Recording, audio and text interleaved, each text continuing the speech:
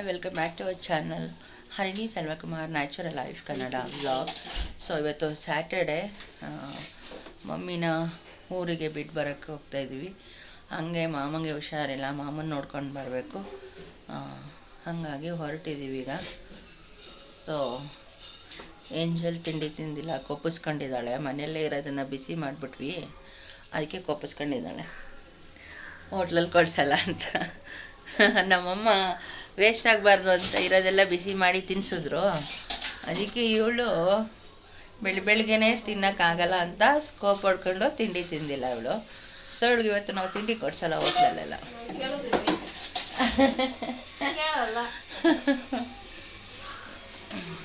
ಆಯಿತಾ, ಈ ಥರ. ಸೊ ನೋಡೋಣ ಈ ಹೋರಾಟ ಎಲ್ಲಿಗೆ ಎಂಡ್ ಯಾವ ಥರ ಆಗುತ್ತೆ. ಸೊ ನಮ್ಮ ಮಮ್ಮಿ ಎಲ್ಲ ರೆಡಿ ಆಗ್ತಿದ್ದಾರೆ. ಈಗ ಊರಿಗೆ ಹೋಗ್ತಾ ಇದ್ದೀವಿ. ಸೊ ಹೇಗೆ ಹೋಗ್ತೀವಿ, ಜರ್ನಿ ಹೇಗಾಗುತ್ತೆ, ಹೋಗಾದ್ಮೇಲೆ ಬರೋವರೆಗೂ ವಿಡಿಯೋ ಕಂಟಿನ್ಯೂ ಮಾಡ್ತೀನಿ, ನೋಡ್ಕೊಂಡು ಬನ್ನಿ. ಕ್ರಿಸ್ಮಸ್ ಇನ್ನೊಂದು 2 days ಇದೆ ಅಂತ ಹೇಳುವಾಗ ನಮ್ಮ ಮಾಮನಿಗೆ ಆ್ಯಕ್ಸಿಡೆಂಟ್ ಆಗಿತ್ತು ಬ್ಯಾಂಗ್ಳೂರಲ್ಲಿ. ಅಂದರೆ 2 ವೀಲರಲ್ಲಿ ಅವರು ಹೋಗುವಾಗ ಒಂದು ಸಣ್ಣ ಆ್ಯಕ್ಸಿಡೆಂಟ್ ಆಗಿತ್ತು. ಸೊ ಹಾಗಾಗಿ ಅವರು ಹಬ್ಬಕ್ಕೆ ಬರೋಕ್ಕಾಗಲಿಲ್ಲ. ನನಗೂ ಕೂಡ ನೋಡೋದಕ್ಕೆ ಹಬ್ಬ ಇತ್ತು, ನಾನು ಕೂಡ ಸಡನ್ನಾಗಿ ಹೋಗೋಕ್ಕಾಗಲಿಲ್ಲ. ಸೊ ಈಗ ಹಬ್ಬ ಎಲ್ಲ ಮುಗೀತು. ಮಮ್ಮಿ ಧರ್ಮಸ್ಥಳ ಕರ್ಕೊಂಡು ಹೋಗು ಅಂತ ಹೇಳಿದರು, ಅಲ್ಲಿಗೂ ಕರ್ಕೊಂಡೋಗಿ ಬಂದೆ. ಸೊ ನಾನು ಮಮ್ಮಿನ ಊರಿಗೆ ಕರ್ಕೊಂಡೋಗಿ ಬಿಡಬೇಕಿತ್ತು. ಮಮ್ಮಿ ನಾನೇ ಹೋಗ್ತೀನಿ ಅಂದರು. ನಾನು ನಮ್ಮ ಮಮ್ಮಿನ ಒಬ್ಬರನ್ನೇ ಕಳಿಸಲ್ಲ, ಯಾಕಂದರೆ ವಯಸ್ಸಾಗಿದೆ, ಅವ್ರು ಹೋಗುವಾಗ ರೋಡೆಲ್ಲ ದಾಟೋದಕ್ಕೆ ಹಿಂಸೆ ಆಗುತ್ತೆ, ಲಗೇಜಸ್ ಬೇರೆ ಇರುತ್ತೆ, ಎಲ್ಲನೂ ತೊಗೊಂಡು ಅವ್ರಿಗೆ ಹೋಗ್ತಾರೆ ಅಂತ ನಾನೇ ಬಿಟ್ಟು ಬರ್ತೀನಿ ಯಾವಾಗಲೂ. ಸೊ ಹಾಗಾಗಿ ಅವ್ರನ್ನ ಬಿಟ್ಟು ಬರಬೇಕು. ಮತ್ತು ಹಾಗೆ ಮಾಮೂನು ಕೂಡ ನೋಡಿರಲಿಲ್ಲ, ಅವರನ್ನು ನೋಡ್ಕೊಂಡು ಬಂದಂತಾಗುತ್ತೆ. ಬ್ಯಾಂಗ್ಳೂರಿಗೆ ಹೋಗ್ತೀವಿ. ಸೊ ಇವತ್ತು ನನಗೆ 2 days ರಜೆ ಇತ್ತು, ಅದ್ರಲ್ಲಿ ಮಮ್ಮಿನ ಬಿಟ್ಟು ಬಂದು ಸರಿ ಹೋಗ್ತಾ ನಾನು ಏಂಜಲ್ ಮಮ್ಮಿ ಹೊರಟಿದ್ದೀವಿ. ಬೆಳಿಗ್ಗೆ ನನ್ನ ಮಗಳು ತಿಂಡಿ ತಿಂದಿಲ್ಲ, ಬಿಸಿ ಮಾಡಿರೋ ತಿಂಡಿ ತಿಂದಿಲ್ಲ ಅಂತ ಹೇಳಿ ಮಮ್ಮಿ ಬಸ್ ಫುಲ್ಲು ಬೈಕೊಂಡು ಕರ್ಕೊಂಡು ಹೋದರು. ನೀನು ಹೇಗೆ ಬೆಳೆಸಿದ್ಯಾ, ಹಾಗೆ ಹೀಗೆ ಅಂತ ಹೇಳಿ. ಸೊ ಗೊತ್ತಿಲ್ಲ ನನಗೆ, ನಮ್ಮ ಮಮ್ಮಿಗೆ ನಾವು 3 ಜನ ಮಕ್ಕಳು. ಸೊ ನಮ್ಮ ಮಮ್ಮಿಗೆ ನಮ್ಮ ಡ್ಯಾಡಿ ಹೋದ್ಮೇಲೆ ಪೆನ್ಷನಲ್ಲಿ ಲೈಫ್ ಲೀಡ್ ಮಾಡಬೇಕಿತ್ತು. ಅದಾದ ಕೆಲವು ವರ್ಷಗಳ ಮೇಲೆ ಅವ್ರಿಗೆ ಜಾಬ್ ಆಯಿತು. ಹಾಗಾಗಿ ನಮ್ಮ ಜರ್ನಿ ಸ್ವಲ್ಪ ಲೈಫ್ ಕಷ್ಟನೇ ಇತ್ತು. ಇವಾಗ ಬಾಯಿನ ಗೊತ್ತಾಗಲ್ಲ, ನಿನಗೆ ಬುದ್ಧಿ ಬೇಡವಾ? ಹಾಗಾಗಿ ಮಮ್ಮಿ ನಮ್ಮ ಥರನೇ ನಮ್ಮ ಮಕ್ಕಳು ಇರಬೇಕು ಅಂತ ಅವ್ರ ದೃಷ್ಟಿಕೋನದಲ್ಲಿ ನೋಡ್ತಾರೆ. ಬಟ್ ಈಗಿನ ಕಾಲದ ಮಕ್ಕಳು, ನಮಗೆ ಒಬ್ಬೊಬ್ಬರೇ ಮಕ್ಕಳು ಇರೋದ್ರಿಂದ ಒಂದು ಸ್ವಲ್ಪ ಜಾಸ್ತಿನೇ ಮುದ್ದು, ಜಾಸ್ತಿನೇ ಪ್ರೀತಿ ಎಲ್ಲ ಎಕ್ಸ್ಟ್ರಾ ನಮಗಿಂತ. ನಮ್ಮ ತಂದೆ ತಾಯಿ ನಮ್ಗೆ ಹೇಗೆ ಸಾಕಿದ್ರೋ ಅದಕ್ಕಿಂತ ಒಂದು 10 ಪಟ್ಟು ಜಾಸ್ತಿನೇ ಪ್ರೀತಿ ಎಲ್ಲ ಒಂದೇ ಸಮ ಇರುತ್ತೆ ಅನ್ಕೋತೀನಿ. ಬಟ್ ಏನಂದರೆ ಬೆಳೆಸೋ ರೀತಿಲಿ ಸ್ವಲ್ಪ ವೇರಿಯೇಷನ್ ಆಗಿರ್ಬೋದು. ನಮಗೆ ಒಬ್ಬಳೆ ಮಗಳು ಅನ್ನೋದಕ್ಕೋಸ್ಕರ ಅತಿಯಾದ ಪ್ರೀತಿ ಸಲಿಗೆ ಸ್ವಲ್ಪ ಜಾಸ್ತಿ ಇರ್ಬೋದು, ಅದು ನಾನಿಲ್ಲ ಅಂತ ಹೇಳಲ್ಲ. ಹಾಗಾಗಿ ಅವಳು ಏನು ತಿಂತಾಳೋ, ಅವಳು ಹೇಗೆ ತಿಂತಾಳೋ, ಅವಳು ಏನು ಇಷ್ಟಪಡ್ತಾಳೋ ಹಾಗೆಯೇ ಬೆಳೆಸ್ಬಿಟ್ಟಿದ್ದೀನಿ. ಅದನ್ನು ನಮ್ಮ ಮಮ್ಮಿ ಯಾವಾಗಲೂ ಹೇಳ್ತಿರ್ತಾನೆ, ನಿನ್ನ ಮನೆ ಓಕೆ, ನಿನಗೆ ಒಬ್ಬಳೆ ಮಗಳು ಓಕೆ, ಅವಳು ಮದುವೆ ಆಗಿ ಹೋದ್ಮೇಲೆ ಅವಳ ಗಂಡನ ಮನೇಲಿ ಅವಳು ಹೇಗಿರ್ತಾಳೆ, ಎಲ್ಲನೂ ಅಡ್ಜಸ್ಟ್ ಮಾಡ್ಕೊಂಡು ಹೋಗಬೇಕು, ಎಲ್ಲನೂ ನೋಡ್ಕೊಂಡು ಹೋಗಬೇಕು, ನೀನು ಹೀಗೆ ಬೆಳೆಸಬಾರ್ದು ಅಂತ ನಮ್ಮ ಮಮ್ಮಿ ಅವಾಗವಾಗ ಅವಳಿಗೆ ಕ್ಲಾಸ್ ತೊಗೋತಾ ಇರ್ತಾರೆ. ನಾನು ಅವ್ರ ಕ್ಲಾಸ್ ತಗೊಳ್ಳುವಾಗ ಅವ್ರ ಪರನೇ ಇರ್ತೀನಿ, ಯಾಕಂದರೆ ಏಂಜಲ್ ಬುದ್ಧಿ ಕಲೀಲಿ ಅನ್ನೋದಕ್ಕೋಸ್ಕರ. ಬಟ್ ನಾನು ಒಬ್ಬಳೆ ಅವಳನ್ನ ಲೀಡ್ ಮಾಡುವಾಗ ಸ್ವಲ್ಪ ಫ್ರೀಡಮ್ ಬಿಟ್ಬಿಡ್ತೀನಿ. ಸೊ ಈಗ ಆಗ್ತಾ ಇರುತ್ತೆ ಮನೆಯಲ್ಲಿ ವೇರಿಯೇಷನ್. ಸೊ ಮಮ್ಮಿ ಬಂದು ಬುದ್ಧಿ ಹೇಳುವಾಗ ನಾನು ಸೈಲೆಂಟ್ ಆಗಿಬಿಡ್ತೀನಿ, ಯಾಕಂದರೆ ಮಕ್ಕಳು ಎಲ್ಲವನ್ನೂ ಕಲಿಬೇಕಲ್ವ. ಹೌದು, ನಮ್ಮ ಮನೆಯಲ್ಲಿ ನಮಗೊಬ್ಬಳೆ ಮಗಳು, ಬಟ್ ಹೋಗೋರ ಮನೆಗೆ ಅವಳು ಒಬ್ಬಳೆ ಮಗಳಾಗಿ ಹೋಗಲ್ಲ. ಸೊ ಅಲ್ಲಿ ಎಷ್ಟು ಜನ ಇರ್ತಾರೆ ಅಂತ ನಮಗೆ ಗೊತ್ತಿರಲ್ಲ. ಸೊ ಎಲ್ಲನೂ ಹೊಂದ್ಕೊಂಡು ತುಗಿಸ್ಕೊಂಡು ಹೋಗಬೇಕಾಗುತ್ತೆ. ಸೊ ಮಮ್ಮಿ ಹೇಳೋದು ಕರೆಕ್ಟು ಅಂತ ಹೇಳಿ ಆ ಟೈಮಲ್ಲಿ ನಾನು ಸೈಲೆಂಟ್ ಆಗಿಬಿಡ್ತೀನಿ. ಸ್ವಲ್ಪ ಮಮ್ಮಿನೂ ಬುದ್ಧಿ ಹೇಳಲಿ ಅಂತ. ಯಾಕಂದರೆ ನಾವು ಹೇಳುವಾಗ ಅದು ನೇರವಾಗಿ ಅವ್ರಿಗೆ ಚೆನ್ನಾಗಿ ಕಾಣಿಸಲ್ಲ. ಬಟ್ ನಮ್ಮ ಮನೇಲಿ ಹಿರಿಯರು ಅವರು ಇವರು ಮತ್ತೊಬ್ಬರು ಹೇಳುವಾಗ ಅವ್ರ ತಲೆಗೆ ಹೋಗುತ್ತೆ ಅಂತ ಹೇಳಿ ನಾನು ಆಗ ಸುಮ್ಮನೆ ಆಗ್ತೀನಿ. ಬಟ್ ಅದರೊಳಗೆ ಪಾಪ ತಿನ್ನೋಕ್ಕಾಗಲಿಲ್ಲ, ಅವಳು ತಿನ್ನಲೇ ಇಲ್ಲ. ಅಂತೂ ಇಂತೂ ನಾವು ಬ್ಯಾಂಗ್ಳೂರಿಗೆ ಬಂದು ಮಾಮನ ಮನೆಗೆ ಬಂದ್ವಿ. ಸೊ ನಾವು ಬಂದ ತಕ್ಷಣ ಅತ್ತೆ ಅಡುಗೆಗೆ ಸ್ಟಾರ್ಟ್ ಮಾಡಿದ್ದಾರೆ. ಮಾಮ, ನಾವು, ಮಾಮನ ಮಗಳು ಎಲ್ಲ ಕೂತ್ಕೊಂಡು ಮಾತಾಡ್ತಾಯಿದ್ದೀವಿ. ಸೊ ನಮ್ಮ ಮಾಮನ ಮಗಳು ಇರೋದು ಮಲ್ಲೇಶ್ವರಮಲ್ಲಿ. ಸೊ ಮಗು ಇಲ್ಲೇ ಓದಿಸ್ತಾ ಇದ್ದಾರೆ ನಮ್ಮ ಅತ್ತೆ ಮಾಮ. ಹಾಗಾಗಿ ಸ್ಯಾಟರ್ಡೆ ಆಗಿತ್ತಲ್ಲ ಅಂತ ಹೇಳಿ ಅವಳನ್ನ ಕರ್ಕೊಂಡು ಹೋಗೋಕೆ ಅವಳು ಬಂದಳು. ಸೊ ನಾವೆಲ್ಲ ಇದ್ವಿ ಅಂತ ಹೇಳಿ ಅವಳು ಅಲ್ಲೇ ಉಳಿದ್ಲು. ಕೂತ್ಕೊಂಡೆಲ್ಲ ಮಾತಾಡ್ತಾಯಿದ್ದೀವಿ. ನಮ್ಮ ಮಾಮ ಈಗ ಸ್ವಲ್ಪ ಹುಷಾರಾಗಿದ್ದಾರೆ. ಸೊ ನೋಡಿ ಸಮಾಧಾನ ಆಯಿತು. ಸೊ ಹಾಗೆ ಮಾತುಕತೆ. ನಾನು ತಿಂದು ನೆನೆಯಿಂದ ತುಪ್ಪ ಕೊಟ್ಟಿದ್ದೀನಲ್ಲ ಅಂತ ತಿಂದಾಕ್ಬಿಟ್ಟಿದ್ದೀನಿ ರಪ್ಸ. ಅದಕ್ಕೆ ಕೆಮ್ಮು ನನಗೆ.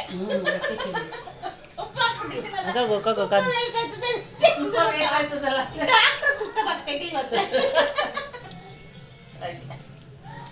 80 ರೂಪಾಯಿ ಒಂದು ಬರ್ಗರು.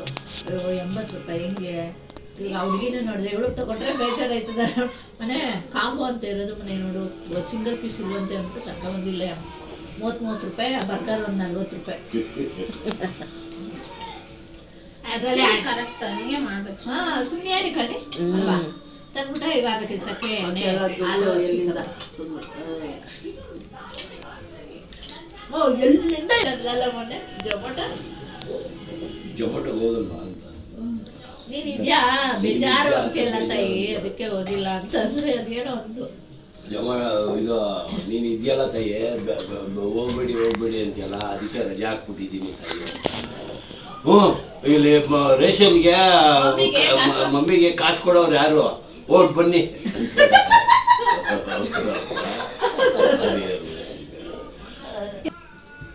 ತಂದ ತಗೊಂಡಿದ್ಯಾ? ತಗೋಬತ್ ನೋಡೋಣ. ಐತೆ ಈಗ ಮುಡ್ಸ್ಬೇಕು. ಆನ್ಯುವಲ್ ಡೇಗೆ 26ನೇ ತಾರೀಕು ಆನ್ಯುವಲ್ ಡೇ ತಗೋಬ. ಯಾವುದು ಹೌದಾ? 26ಕ್ಕ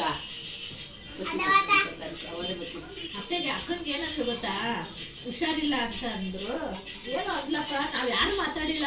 ಸಡನ್ ಆಗಿ ಅಂದ್ಬಿಟ್ಲು ಅಕ್ಕ. ನೋಡ್ತಾ ಈಗ ಅತ್ತೆ ಏನಿಲ್ಲ ಅಲ್ವಕ್ಕ, ಯಾಕಕ್ಕ ಹುಷಾರಿಲ್ಲ ಅತ್ತೆ, ಬನ್ನಿ ಇಲ್ಲಿ ನಾನು ತೋರಿಸ್ತೀನಿ ನಿಮ್ಗೆ.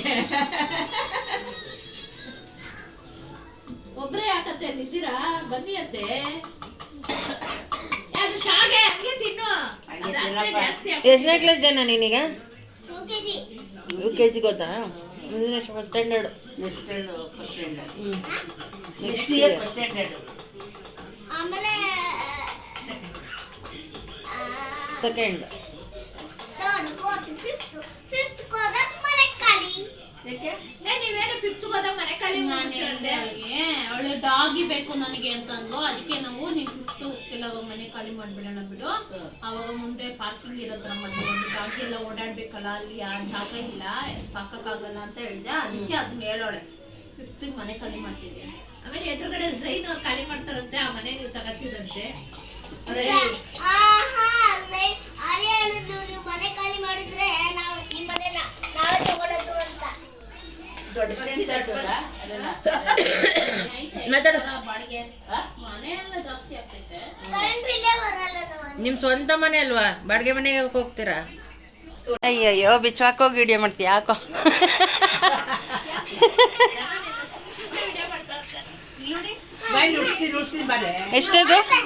ಎಷ್ಟದು ಜನ? 2,000ನಾ? ಬಾರಿ ಇಲ್ಲಿ ಉಡ್ಸೋಣ. ಅತ್ತೆ ಉಡ್ಸುತ್ತಂತೆ. ಬಾಯ್ಲಿ ಏನಾದ್ರು ಮಾಡ್ಕೊಳ್ಳಿ ಬಿಡು, ಹೋಗು. ಚೆನ್ನಾಗೈತೆ. ವಿಡಿಯೋ ಮಾಡ್ಬಿಟ್ಟು ನಿನ್ಗೇನಾಯ್ತದೆ? ಅದೇಪ್ಪ,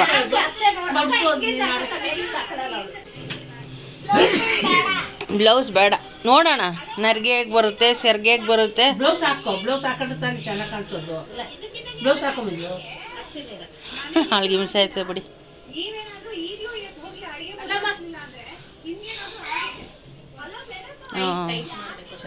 ಮೇಲ್ಗಡೆಗೆ ಹಾಕ್ಬೇಕದು. ಸೂಪರ್. ಬಾಯ್ಲಿ ಬಾಯ್ಲಿ ಓ, ಬಾರೆ ಇಲ್ಲಿ. ಅವಳು ನಿನಗೆ ತೋರಿಸ್ಬೇಕಂತ ಬಾ ಏಂಜಲ್. ಸೀರೆ ಉಟ್ಕೊಂಡಿರೋದ ಏನು ಕಲ್ಪನಾ ಥರ ಎಲ್ಲ ನರ್ಗೆಗಳೆಲ್ಲ ಐತೆ. ಕಲ್ಪನಾ ಸೀರೆ ಥರ. ಬಾನಲ್ಲೂ ನೀನೆ, ಭುವಿಯಲ್ಲೂ ನೀನೆ ಆಡು. ಆ ಕಲ್ಪನೆ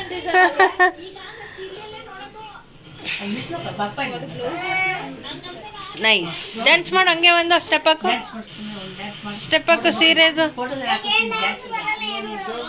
ಬೈಲಿ, ನಿನ್ಗೆ ಯಾವ್ದು ಹೇಳ್ಕೊಡ್ತೀನಿ ಬೈಲಿ. ಇಲ್ಲೇ ಎತ್ತಳಲ್ಲ ಬಂದ್ ತೆಗಿ ಹೋಗು. ಮತ್ತೆ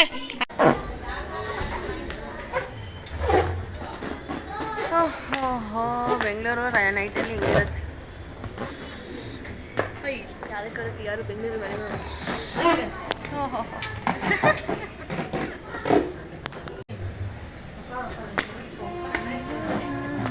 ನೀನ್ ಬರ್ತೀಯಾ?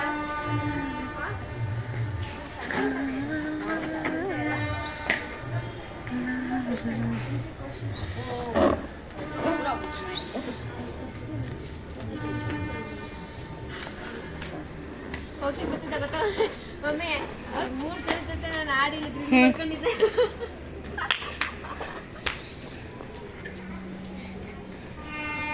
ಅಲ್ಲ ಅವಳನ್ನ ಮಾಡಿದ್ವಿ ತಪ್ಪಿಸ್ಕೊಡ ಆಡ್ತಾ. ಅವಳೇನೋ ನಾಚ್ಕೊಂತಲ್ಲ ಬಿಡಿ ಸ್ವಲ್ಪ ವಿಡಿಯೋ ಅಂದ್ರೆ.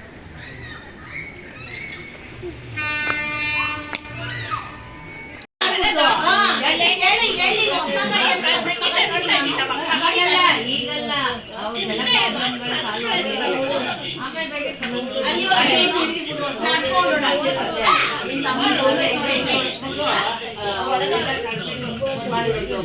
ಮಮ್ಮಿ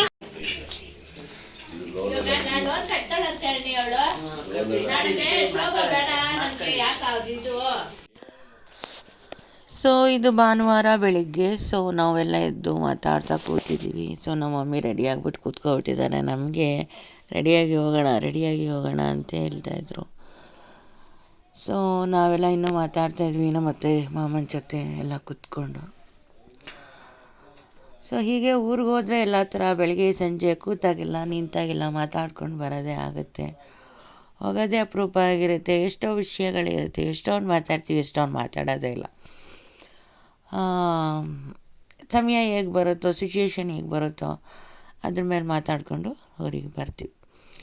ಸೊ ನಮ್ಮ ಮಾಮನಿಗೆ ಹುಷಾರಾಗಿತ್ತು. ಸೊ ಅದಕ್ಕೆ ನಾನು ದೇವ್ರಿಗೆ ಥ್ಯಾಂಕ್ಸ್ ಹೇಳ್ತೀನಿ. ಮೊದಲು ಸ್ಕೂಲು ಕಾಲೇಜ್ ಟೈಮ್ಗಳಲ್ಲೆಲ್ಲ ನಾನು ಬ್ಯಾಂಗ್ಳೂರು ಬಂದರೆ ಮಾಮನ ಮನೆ, ದೊಡ್ಡ ಮಾಮನ ಮನೆ, ಅಕ್ಕನ ಮನೆ, ಹಾಗೆ ದೊಡ್ಡಮ್ಮ ಚಿಕ್ಕಮ್ಮ ಮನೆಗಳು, ಹೀಗೆ ಹೋಗ್ತಾಯಿದ್ವಿ. ಎಲ್ಲರ ಮನೇಲೂ 2 ಡೇಸ್ ಇದ್ದು ಹೋಗ್ತಿದ್ವಿ. ಬಟ್ ಈಗ ನಾವೆಲ್ಲ ಅದು ನಾನೀಗ ಜಾಬಿಗೆ ಸೇರಿದ್ಮೇಲೆ ಕೆಲಸಗಳಂತೆಲ್ಲರೂ ಸೇರ್ಕೊಂಡ್ಮೇಲೆ ಯಾರ ಮನೆಗೂ ಹೋಗೋಕ್ಕಾಗಲ್ಲ. ಸೊ ನಮ್ಮ ಕೆಲಸ ಇದ್ರಷ್ಟೇ ಹೋಗೋಕ್ಕಾಗುತ್ತೆ. ಆ ಕೆಲಸ ಮುಗಿಸ್ಕೊಳ್ಳೋ ಸಂದರ್ಭದಲ್ಲಿ ಯಾರ ಮನೆಗೆ ಹೋಗಬೇಕು, ಯಾರ ಮನೆಗೆ ಈಗ ಹೋಗೋದ್ರ ಅವಶ್ಯಕತೆ ಇರುತ್ತೆ, ಅದನ್ನ ನೋಡಿಕೊಂಡೆ ಈಗ ಊರುಗಳಿಗೆ ಹೋಗೋದು. ಒಂದೊಂದು ಟೈಮ್ ಅಕ್ಕನ ಮನೆಗೆ ಹೋದರೆ ಮಾಮನ ಮನೆಗೆ ಹೋಗೋಕ್ಕಾಗಲ್ಲ, ಮಾಮನ ಮನೆಗೆ ಹೋದರೆ ಅಕ್ಕನ ಮನೆಗೆ ಹೋಗೋಕ್ಕಾಗಲ್ಲ. ಈ ಥರ ಸಿಚುಯೇಷನಲ್ಲಿ ಪರ್ಪಸ್ಫುಲ್ಲಾಗಿ ಕೆಲಸ ಎಲ್ಲಿದೆ, ಎಲ್ಲಿ ಹೋಗಬೇಕು, ಯಾವ ಕೆಲಸ ಮುಗಿಸ್ಕೊಂಡು ಬರಬೇಕು ಇರೋ ರಾಜ್ಯದಲ್ಲಿ ಅಷ್ಟು ಮಾತ್ರ ಪ್ಲ್ಯಾನ್ ಮಾಡ್ಕೊಂಡು ಹೋಗೋಕ್ಕಾಗತ್ತೆ. ಹಾಗಾಗಿ ಮಮ್ಮಿನ ಬಿಡಬೇಕು, ಮಾಮನ ನೋಡಬೇಕಿತ್ತು. ಈ 2 ಕೆಲಸ ಮುಗಿಸ್ಕೊಂಡು ಬರಬೇಕಿತ್ತು ಅಂತ ಹೇಳಿ ಹೋಗಿದ್ದಾಯಿತು. ಸೊ ಅಷ್ಟೇ ಕೆಲಸ ಮುಗಿಸ್ಕೊಂಡು ವಾಪಸ್ ರಿಟರ್ನ್. ಮೊದಲು ಥರ ಉಳ್ಕೊಳ್ಳೋಕ್ಕಾಗಲಿ, ಎಕ್ಸ್ಟ್ರಾ ಒಂದಿನ ಇರೋಕ್ಕಾಗಲಿ ಈಗ ಸಾಧ್ಯವೇ ಇಲ್ಲ. ಹಾಗಾಗಿ ನಂದು ಏನು ಕೆಲಸ ಇಂಪಾರ್ಟೆಂಟ್ ಇರುತ್ತೋ ಅದನ್ನು ನೋಡ್ಕೋತೀನಿ. ಸೊ ಆಗ ಯಾರ ಮನೆಗೆ ಹೋಗಬೇಕು ಅಂತ ಹೇಳಿ ಅಂದ್ಕೊಂಡು ಹೋಗ್ಬಿಟ್ಟು ಬಂದುಬಿಡ್ತೀನಿ. ಇವತ್ತಿನ ಈ ಒಂದು ಬಿಸಿ ಲೈಫಲ್ಲಿ ನಾವು ಉಳ್ಕೋತೀವಿ, 1-2 ದಿನ ಇರ್ತೀವಿ, ಅದೆಲ್ಲ ಸುಳ್ಳು. ಹಾಗಾಗಿ ಸಿಚುಯೇಷನ್ ನೋಡಿಕೊಂಡೆ ಊರಿಗೆ ಹೋಗೋದು ಬರೋದು ಈ ಥರ ಆಗುತ್ತೆ. ನಾನು ಜಾಸ್ತಿ ನಮ್ಮಮ್ಮನ ಮನೆಗೆ ಹೋಗ್ತೀನಿ. ಯಾಕಂದರೆ ನಮ್ಮಮ್ಮನ ನೋಡಬೇಕಾಗಿರುತ್ತೆ, ಅಮ್ಮನ ಕೆಲಸಗಳು ಮುಗಿಸ್ಬೇಕಾಗಿರುತ್ತೆ. ಅವ್ರ ಮನೆಗೆ ಹೋಗಿ ಬರೋದೇ ಜಾಸ್ತಿ. ಅದು ಬಿಟ್ಟರೆ ಮಧ್ಯ ಈ ಥರ ಸಿಚುಯೇಷನ್ ಸಂದರ್ಭ ಬಂದಾಗ ಹೋಗ್ತೀನಿ. ಈಗ ಈ ಥರ ಲೈಫು. ಸೊ ಯಾವ ಟೈಮ್ಗೆ ಯಾವ ಲೈಫ್ ಬರುತ್ತೋ ಆಗ ಹೊಂದ್ಕೊಂಡು ಹೋಗ್ತಾ ಇರಬೇಕು ಲೈಫಲ್ಲಿ. ನಮ್ಮನೇಲಿ ನಮ್ಮ ಅತ್ತೆ ಮಾಡೋ ಅಡುಗೆಗಳು ತುಂಬ ಕೈ ರುಚಿಯಾಗಿರುತ್ತೆ. ಸೊ ನಾವೆಲ್ಲ ರೇಗಿಸ್ತಾ ಇರ್ತೀವಿ, ಚಿಕ್ಕದ್ರಲ್ಲಿ ನೀನು ಕಕ್ಕ ಮುಟ್ಟಿದ್ಯಾ ಅಂತ. ಯಾಕಂದರೆ ಆ ಥರ ಎಲ್ಲ ಮುಟ್ಟಿದರೆ ಅವ್ರ ಕೈ ರುಚಿ ತುಂಬ ಚೆನ್ನಾಗಿ ಬರುತ್ತಂತೆ, ಆ ಥರ ಹೇಳ್ತಾರಲ್ವ. ಹಾಗಾಗಿ ಅದನ್ನು ನೆನೆಸಿ ರೇಗಿಸ್ತಾ ಇರ್ತೀವಿ. ಬಟ್ ಅವ್ರು ಮಾಡೋ ಪ್ರತಿಯೊಂದು ತಿಂಡಿ ಆಗಿರ್ಬೋದು, ಸಾಂಬಾರುಗಳಾಗಿರ್ಬೋದು ತುಂಬ ಟೇಸ್ಟಿಯಾಗಿ ಬರುತ್ತೆ. ಅದೇನೋ ಒಂಥರ ತುಂಬ ಚೆನ್ನಾಗಿರುತ್ತೆ. ನಾವೆಲ್ಲ ತುಂಬ ಹೇಳ್ತೀವಿ ಅವ್ರಿಗೆ, ಮತ್ತು ತುಂಬ ಇಷ್ಟಪಟ್ಟು ತಿಂತೀವಿ ಅವ್ರು ಮಾಡೋ ಅಡುಗೆ ತಿಂಡಿಗಳು, ಅಷ್ಟು ಚೆನ್ನಾಗಿರುತ್ತೆ. ಒಂದು ಸಾರಿ ಯಾವಾಗಲಾದ್ರು ರೆಸಿಪಿ ಮಾಡಾಕಣಂದರೆ ನನಗೆ ಸಮಸ್ಯೆ, ಟೈಮ್ ಪ್ರಾಬ್ಲಮ್ಮು, ಮಾತಾಡೋದೇ ಆಗೋಗುತ್ತೆ. ಮತ್ತು ಇನ್ನು ಅದನ್ನೆಲ್ಲ ಎಲ್ಲಿ ಮಾಡೋದು ಅಂತ ಅನಿಸುತ್ತೆ. ಸೊ ಅವರು ಸ್ವಲ್ಪ ಫ್ರೀ ಆಗಲಿ, ಅವರು ಈಗ ಫ್ರೀ ಆಗಿಲ್ಲ ಅಂತ ಹೇಳಿ ನಾನು ಆ ಥರ ವೀಡಿಯೋಸ್ ಎಲ್ಲ ಮಾಡೋಕ್ಕೆ ಹೋಗ್ತೀನಿ, ನೆಮ್ಮದಿಯಾಗಿ ಮಾತಾಡ್ತೀನಿ, ನನ್ನ ಕೆಲಸಗಳು ಮುಗಿಸ್ಕೊತೀನಿ, ಮತ್ತು ಊರಿಗೆ ಬರೋದಿರುತ್ತೆ, ಅದ್ರ ಕಡೆ ಗಮನ ಕೊಡ್ತೀನಿ, ಹೀಗೆ ಬಂದುಬಿಡ್ತೀನಿ. ಬಟ್ ಅವ್ರ ಕೈ ಟೇಸ್ಟ್ ಎಷ್ಟು ಚೆನ್ನಾಗಿರುತ್ತೆ ಅಂದರೆ, ನಮ್ಮ ಫ್ಯಾಮಿಲಿಲಿ ಎಲ್ಲ ಹೊಗಳ್ತೀವಿ, ಅವರು ಮಾಡೋ ಅಡುಗೆ ಚೆಂದ, ಊಟ ಚೆಂದ ಅಂತ ಹೇಳಿ. ನಿಜವಾಗ್ಲೂ ಚೆನ್ನಾಗಿರುತ್ತೆ, ಚೆನ್ನಾಗಿ ಮಾಡ್ತಾರೆ. ಹಾಗಾಗಿ ಅವ್ರ ಕೈಲಿ ಒಂದೆರಡು ರೆಸಿಪಿಗಳನ್ನ ಮಾಡಿ ನನ್ನ ಚಾನಲಲ್ಲಿ ಹಾಕಬೇಕು ಅಂತ ಅನ್ಕೋತೀನಿ ಎಷ್ಟೊಂದು ಸಾರಿ, ಅದನ್ನು ನೆರವೇರೋದೇ ಇಲ್ಲ. ಸೊ ನೋಡೋಣ ಮುಂದಿನ ದಿನಗಳಲ್ಲಿ ಸಮಯ ಬಂದಾಗ ಅವ್ರು ಮಾಡೋ ಒಂದು ಸ್ಪೆಷಲ್ ತಿಂಡಿಗಳಲ್ಲಿ ರೆಸಿಪಿ ಮಾಡಿ ನಾನು ಚಾನಲಲ್ಲಿ ಶೇರ್ ಮಾಡಬೇಕು ಅಂತ ಇದ್ದೀನಿ. ತುಂಬ ಚೆನ್ನಾಗಿ ಮಾಡ್ತಾರೆ ನಿಜವಾಗ್ಲೂ. ನಾವು ತುಂಬ ಇಂಗ್ರೀಡಿಯೆಂಟ್ಸ್ ಹಾಕ್ತೀವಿ, ಅವರು 1-2-3 ಇಂಗ್ರೀಡಿಯೆಂಟ್ಸಲ್ಲೇ ತುಂಬ ಸಾಕಷ್ಟು ಟೇಸ್ಟಾಗಿ ಮಾಡ್ತಾರೆ. ಸೊ ಅದು ಇಂಪಾರ್ಟೆಂಟ್ ಅಂತ ನಾನು ಅಂದ್ಕೊತೀನಿ. ನೋಡೋಣ ಮುಂದಿನ ದಿನಗಳಲ್ಲಿ ಸಾಧ್ಯ ಆದರೆ ನಾನು ಶೇರ್ ಮಾಡ್ತೀನಿ. ನಮ್ಮ ದೊಡ್ಡತ್ತೆನೂ ಹಾಗೆ, ಅವ್ರ ಕೈ ಟೇಸ್ಟು ಚೆನ್ನಾಗಿರ್ತಿತ್ತು. ಅವರು ಒಳ್ಳೆ ಅಡುಗೆ ಮಾಡೋರು. ನಾವು ರಜೆಗಳಲ್ಲಿ ಹೋಗ್ಬಿಟ್ರಂತೂ ಪ್ರತಿದಿನ ತಿಂಡಿ ಮಾಡೋರು ಅವರು. ಪಾಪ ಕೆಲಸ ಮುಗಿಸ್ಕೊಂಡು ಬಂದು ಬಾದುಷಾ ಮಾಡಿಬಿಡೋರು, ಜಾಂಗೀರ್ ಮಾಡಿಬಿಡೋರು. ನಮಗೆ ಆಶ್ಚರ್ಯ, ಕೆಲಸ ಮುಗಿಸ್ಕೊಂಬಂದು, ಡ್ಯೂಟಿ ಮುಗಿಸ್ಕೊಂಡು ಬಂದು ಇಷ್ಟೆಲ್ಲ ಮಾಡ್ತಾರಾ ಅಂತ ನಾವು ಯೋಚನೆ ಮಾಡ್ತಾಯಿದ್ವಿ. ಅವರು ಅಷ್ಟೇ, ನನಗೆ ಅವರು ಒಂದು ಇಂಗ್ರೀಡಿಯೆಂಟ್ಸ್ ಕಲಿಸ್ಕೊಟ್ಟಿದ್ರು. ಯಾವುದಪ್ಪ ಅಂತಂದರೆ, ವಾಂಗಿಬಾತು ಒಂದು ಪುಡಿನ ಹೇಗೆ ರೆಡಿ ಮಾಡ್ಕೋಬೇಕು ಅಂತ. ಸೊ ನಮ್ಮ ಮನೆಗೆ ಒಂದು ಟೈಮ್ ಬಂದಿದ್ದರು ನಮ್ಮ ದೊಡ್ಡತ್ತೆ. ಸೊ ಅವರು ಅವಾಗ ಅದೊಂದು ಕಲಿಸ್ಕೊಟ್ಟಿದ್ದು ನನಗೆ ನೆನಪು. ಸೊ ಮುಂದಿನ ದಿನಗಳಲ್ಲಿ ಶೇರ್ ಮಾಡ್ತೀನಿ ಅದನ್ನು ಕೂಡ ರೆಸಿಪಿ. ಸೊ ಎಲ್ಲನೂ ಶೇರ್ ಮಾಡಬೇಕು ಅನಿಸುತ್ತೆ, ನನಗೆ ಟೈಮು ಅಭಾವ, ಹಾಗಾಗಿ ನಂಗೆ ಮಾಡೋಕ್ಕಾಗಲ್ಲ. ಬಟ್ ನೋಡೋಣ, ಸಾಧ್ಯ ಆದಷ್ಟು ಕ್ಯಾಪ್ಚರ್ಡ್ ಮಾಡ್ತೀನಿ. ಸೊ ಯಾಕಂದರೆ ನಮಗೆ ಸಿಚುಯೇಷನ್ ಇರುತ್ತೆ, ಅವ್ರಿಗೆ ಒಳ್ಳೆ ಟೈಮ್ ಇರಲ್ಲ ಪಾಪ, ಅವ್ರು ತುಂಬ ಬ್ಯುಸಿ ಇರ್ತಾರೆ. ಆ ಟೈಮಲ್ಲಿ ನಾವು ಹೋಗಿ ವೀಡಿಯೋ ಮಾಡ್ತೀವಿ ಅನ್ನೋದು ಚೆನ್ನಾಗಿರಲ್ಲ. ಸೊ ಎಲ್ಲ ಸಮಯಗಳು ಒದಗಿ ಬರಬೇಕು, ಆಗ ಎಲ್ಲನೂ ಮಾಡೋಕ್ಕೆ ಚೆನ್ನಾಗಿರುತ್ತೆ. ಹಾಗಾಗಿ ನಾನು ಟೈಮ್ಗೋಸ್ಕರ ಕಾಯ್ತಾ ಇರ್ತೀನಿ, ಒಂದು ಒಳ್ಳೆ ಟೈಮ್ ಬಂದಾಗ ನೋಡೋಣ ಅಂತ. ಸೊ ಬರಲಿ, ಒಳ್ಳೆ ಟೈಮ್ ಬಂದಾಗ ಖಂಡಿತ ನಾನು ಶೇರ್ ಮಾಡ್ತೀನಿ.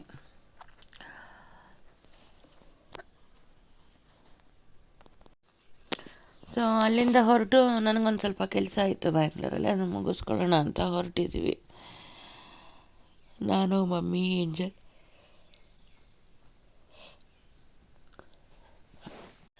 ಸೊ ಇದಾದಮೇಲೆ ನನಗೆ ಬ್ಯಾಂಗ್ಳೂರಲ್ಲಿ ನನ್ನ ಕೆಲಸ ಇತ್ತು, ಅದನ್ನು ಮುಗಿಸ್ಕೊಂಡು ಹೊರಡೋಣ ಅಂತ ಹೇಳಿ ಈಗ ನಾನು, ಮಮ್ಮಿ, ಏಂಜಲ್ ಹೊರಟು ಬಂದ್ವಿ. ಸೊ ಮತ್ತೆ ನಾಳೆ ಡ್ಯೂಟಿ ಇದೆ, ಸೊ ಹಾಗಾಗಿ ಹೊರಡಬೇಕು ಮತ್ತೆ ವಾಪಸ್ ನಾನು. ಹಾಗಾಗಿ ಹೊರಟಿದ್ದೀವಿ. ಸೊ ಕೆಲಸ ಮುಗಿಸ್ಕೊಂಡು ಹೋಗೋಣ ಅಂತ ಹೇಳಿ. ಸೊ ಬಸ್ ಫ್ರೀ ಆದಾಗಿಂದ ನಾನು, ನಮ್ಮ ಮಮ್ಮಿ, ಏಂಜಲ್ ನಿಜವಾಗ್ಲೂ ತುಂಬಾ ಸುತ್ತಾಡಿದ್ದೀವಿ. ಧರ್ಮಸ್ಥಳ 2 ಸಾರಿ ಹೋಗೋದಾಯಿತು. ಸೊ ಈ ಸಾರಿ ಕುಕ್ಕೆ ಸುಬ್ರಹ್ಮಣ್ಯಗೆ ಹೋಗಿದ್ದಾಯಿತು, ಹಾಗೆ ಮಂಗಳೂರಿಗೆಲ್ಲ ಹೋಗಿದ್ವಿ. ಸೊ ಹೀಗೆ ಹೋಗೋಗೆಲ್ಲ ಅನಿಸುತ್ತೆ, ಸೊ ಬಸ್ ಫ್ರೀ ಇರೋದ್ರಿಂದ ಎಷ್ಟು ಯೂಸ್ ಇಲ್ಲ ಅಂತ ಹೇಳಿ. ಸೊ ಕೆಲವು ಟೈಮ್ ಬಸ್ಸಲ್ಲಿ ಗಲಾಟೆಗಳು ಆಗ್ತಾ ಇರುತ್ತೆ ಕಂಡಕ್ಟ್ರು ಮತ್ತು ಜನಗಳ ನಡುವೆ. ಸೊ ಅದೊಂಚೂರು ನಿಮಗೆ ವಿಡಿಯೋನ ಶೇರ್ ಮಾಡಿದ್ದೀನಿ. ಎಷ್ಟು ಮಾತಾಡ್ತಾರೆ ಕೊಟ್ಟಿದ್ದೀನಿ, ಎಲ್ಲ ಆಯ್ತಲ್ಲ, ಮತ್ತೆ ಏನು ಮಾತಾಡ್ತಾ ಇರೋದು ನೀನು? ಯಾವ 1 ರೂಪಾಯಿ ಕೊಟ್ಟಿನೋ 2 ರೂಪಾಯಿ ಮತ್ತೆ ಯಾಕೆ ಮಾತಾಡ್ತಾ ಇರೋದು ನೀನು ಅಂತ? ನೀನು ಹೇಳ್ದಂಗೆ ಕೊಡೋಕ್ಕಾಗಲ್ಲ, 11 ರೂಪಾಯಿ ಕೊಡೋಕ್ಕಾಗಲ್ಲ. ಟಿಕೆಟ್ ಎಷ್ಟಿದೆ ಅಷ್ಟು ಕೊಟ್ಟಿದ್ದೀನಿ ನಾನು. ನೀನು ಹೇಳ್ದಂಗೆ ಕೊಡೋಕ್ಕಾಗಲ್ಲಮ್ಮ, ಅರ್ಧದಿಂದ 11 ರೂಪಾಯಿ ಕೊಡೋಕ್ಕಾಗಲ್ಲ. ಕೊಟ್ಟಿದ್ದೀನಮ್ಮ, ಇನ್ನೇನ ಮಾತಾಡ್ತಾ ಇರೋದು? ಸುಮ್ಮನೆ ಕುತ್ಕೊಳ್ಳೋಕ್ಕಾಗಲ್ವಾ?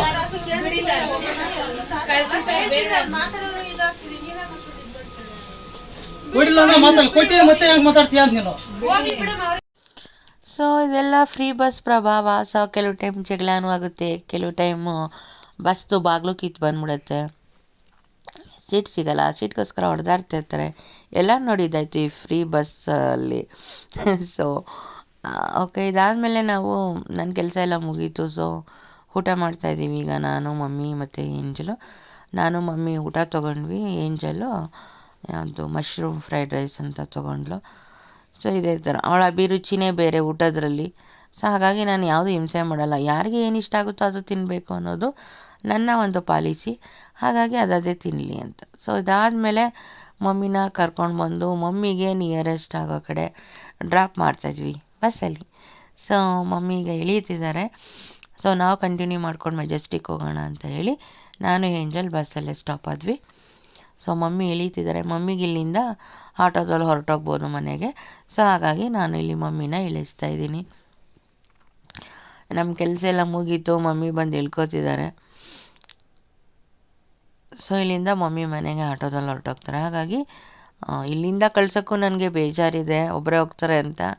ಬಟ್ ನನ್ನ ಸಿಚುಯೇಷನ್ ನಾಳೆ ಡ್ಯೂಟಿ ಇದೆ, ಸೊ ಹೋಗಲೇಬೇಕು, ಹೊರಡಲೇಬೇಕು. ಹಾಗಾಗಿ ಮನಸ್ಸಿಲ್ಲದ ಮನಸ್ಸಿಂದ ಮಮ್ಮಿನ ಬಸ್ಸಿಂದ ಇಳಿಸ್ತಾ ಇದ್ದೀನಿ. ಸೊ ಇಲ್ಲಿಂದ ಆಟೋದಲ್ಲಿ ಹೋಗ್ಬಿಡಿ ಅಂತ ಹೇಳಿ ಅವರಿಗೆ, ಸೊ ಅವ್ರನ್ನ ಕಳಿಸಿ, ಸೊ ನಾವು ಮತ್ತೆ ಬಸ್ಸಲ್ಲೇ ಕೂತು ಕಂಟಿನ್ಯೂ ಆಗ್ತಾಯಿದ್ವಿ. ಮೆಜೆಸ್ಟಿಕ್ ಹೋಗಿ ಬಸ್ ಹತ್ತೋಣ ಅಂತ ಹೇಳಿ.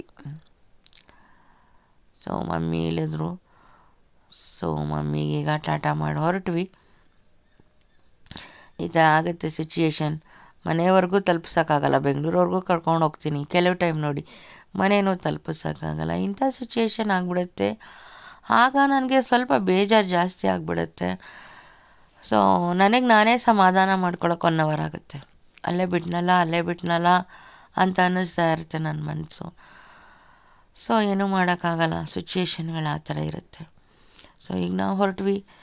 ಸೊ ಮೆಜೆಸ್ಟಿಕ್ ತಲುಪ್ತಾ ಇದ್ದೀವಿ. ಮೆಜೆಸ್ಟಿಕಲ್ಲಿ ಈಗ ನಮ್ಮೂರು ಬಸ್ ಕ್ಯಾಚ್ ಮಾಡ್ಕೊಂಡು ಹೋಗೋಣ ಅಂತ ಹೊರಟ್ವಿ.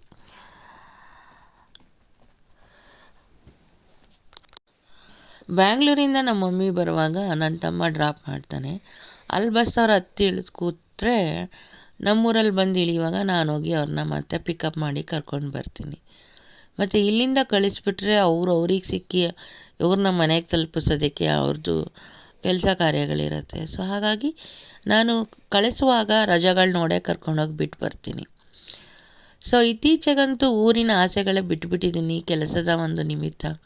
ಯಾಕಂದರೆ ಹೋಗಿ ಇರೋಕ್ಕಾಗಲ್ಲ, ನೆಮ್ಮದಿಯಾಗಿ ಇದ್ದು ಬರೋಕ್ಕಾಗಲ್ಲ. ಅದಕ್ಕೆ ಯಾಕೆ ಆಸೆ ಪಡಬೇಕು ಊರು ಅಂತ ಹೇಳಿ ನಾನೇ ಕಮ್ಮಿ ಮಾಡ್ಕೊಬಿಟ್ಟಿದ್ದೀನಿ. ಊರಿಗೋಗೋ ಆಸೆ, ಎಲ್ಲರ ಜೊತೆ ಇರೋ ಆಸೆಗಳನ್ನ ನಾನೇ ಕಮ್ಮಿ ಮಾಡ್ಕೊಬಿಟ್ಟಿದ್ದೀನಿ. ಸೊ ಏನಪ್ಪ ಅಂದರೆ ಸಿಚುಯೇಷನ್ಗೆ ತಕ್ಕಂತೆ ಊರಿಗೆ ಹೋಗ್ತಾಯಿದ್ದೀನಿ, ಬರ್ತಾಯಿದ್ದೀನಿ. ಅಂದರೆ ನಮ್ಮಮ್ಮನ ಕಳ್ಸೋದಕ್ಕೆ ಮಾತ್ರನೇ ನಾನು ಹೋಗ್ತಾ ಇರೋದು. ಬೇರೆ ಟೈಮೆಲ್ಲ ಹೋಗೋದೇ ಇಲ್ಲ. ನಂಗೆ ರಜಾ ಇಲ್ಲ ಅಂತ ಹೇಳಿ ಎಲ್ಲ ಒಂದು ಕೆಲಸಗಳನ್ನೆಲ್ಲ ಡ್ರಾಪ್ ಮಾಡಿಬಿಡ್ತೀನಿ. ಯಾರೇ ಕರೆದ್ರೂ ಹೋಗೋದು ಕಷ್ಟ ಇದೆ ಇವತ್ತಿನ ಪರಿಸ್ಥಿತಿಲಿ. ಕೆಲವು ಜನ ಫಂಕ್ಷನ್ಗೆ ಬರಲಿಲ್ಲ ಅಂತಲೇ ಬೇಜಾರು ಮಾಡ್ಕೊಬಿಡ್ತಾರೆ. ಸೊ ನಮಗೆ ಹೋಗುವಂಥ ಸಿಚುಯೇಷನ್ಸ್ ಇರಲ್ಲ. ಸೊ ಹಾಗಾಗಿ ಹೋಗೋಕ್ಕಾಗಲ್ಲ. ಸೊ ನನ್ನ ರಜಾ ದಿನಗಳಲ್ಲಿ ನಮ್ಮ ಮಮ್ಮಿದು ಏನೇನು ಕೆಲಸಗಳಿರುತ್ತೆ ಅದು, ಹಾಗೆ ಅವ್ರನ್ನ ಊರಿಗೆ ಕರ್ಕೊಂಡು ಹೋಗಿಬಿಡೋದು, ಇಷ್ಟರಲ್ಲೇ ಮುಗಿಸ್ತಾ ಇದ್ದೀನಿ. ಸೊ ಇದು ಇವತ್ತಿನ ಸಿಚುಯೇಷನ್ಗಳು. ಸೊ ಇದನ್ನು ನಾನೊಬ್ಬಳೇ ಫೇಸ್ ಮಾಡ್ತಿದ್ದೀನಿ ಅಂತ ಹೇಳಲ್ಲ, ಎಲ್ಲರೂ ಮಾಡ್ತಾ ಇರ್ತೀವಿ. ಸೊ ಬದಲಾವಣೆ ಮನುಷ್ಯನ ನಿಯಮ, ಬದಲಾಗ್ತಾ ಇರಬೇಕು ಅಷ್ಟೇ ಸಿಚುಯೇಷನ್ಗೆ ತಕ್ಕಂತೆ ಅಂತಲೇ ಫೀಲ್ ಮಾಡ್ತೀನಿ ನಾನು. ಸೊ ಮೊದಲೆಲ್ಲ ಚಿಕ್ಕದ್ರಲ್ಲಿ ಇರುವಾಗ ತಿಂಗಳಾನ್ಗಟ್ಲೆ ಬೇಸಿಗೆ ರಜಾ, ದಸರಾ ರಜಾ ಅಂತ ಎಂಜಾಯ್ ಮಾಡ್ತಿದ್ವಿ. ಈಗ ಅದು ನಮ್ಮ ಲೈಫಲ್ಲಿ ಕನಸಾಗಿದೆ. ಸೊ ನಾವು ಇದ್ದಷ್ಟು ನಮ್ಮ ಮಕ್ಳುಗಳು ಪಾಪ ಇರೋಕ್ಕಾಗಲ್ಲ. ಜೊತೆಲೇ ಹೇಳ್ಕೊಂಬರ್ತೀವಿ, ಜೊತೆಲೇ ಕರ್ಕೊಂಡು ಹೋಗ್ತೀವಿ. ಅವ್ರನ್ನೂ ಕೂಡ ಬಿಡೋಕ್ಕಾಗಲ್ಲ. ಅವ್ರದ್ದು ಸ್ಕೂಲು ಕಾಲೇಜ್ಗಳು ಅಂತ ನೋಡಬೇಕಾಗತ್ತೆ. ಸೊ ಏನೋ ಒಂಥರ ಜೀವನನೇ ಒಂಥರ ಚೇಂಜ್ ಆಗಿಬಿಟ್ಟಿದೆ.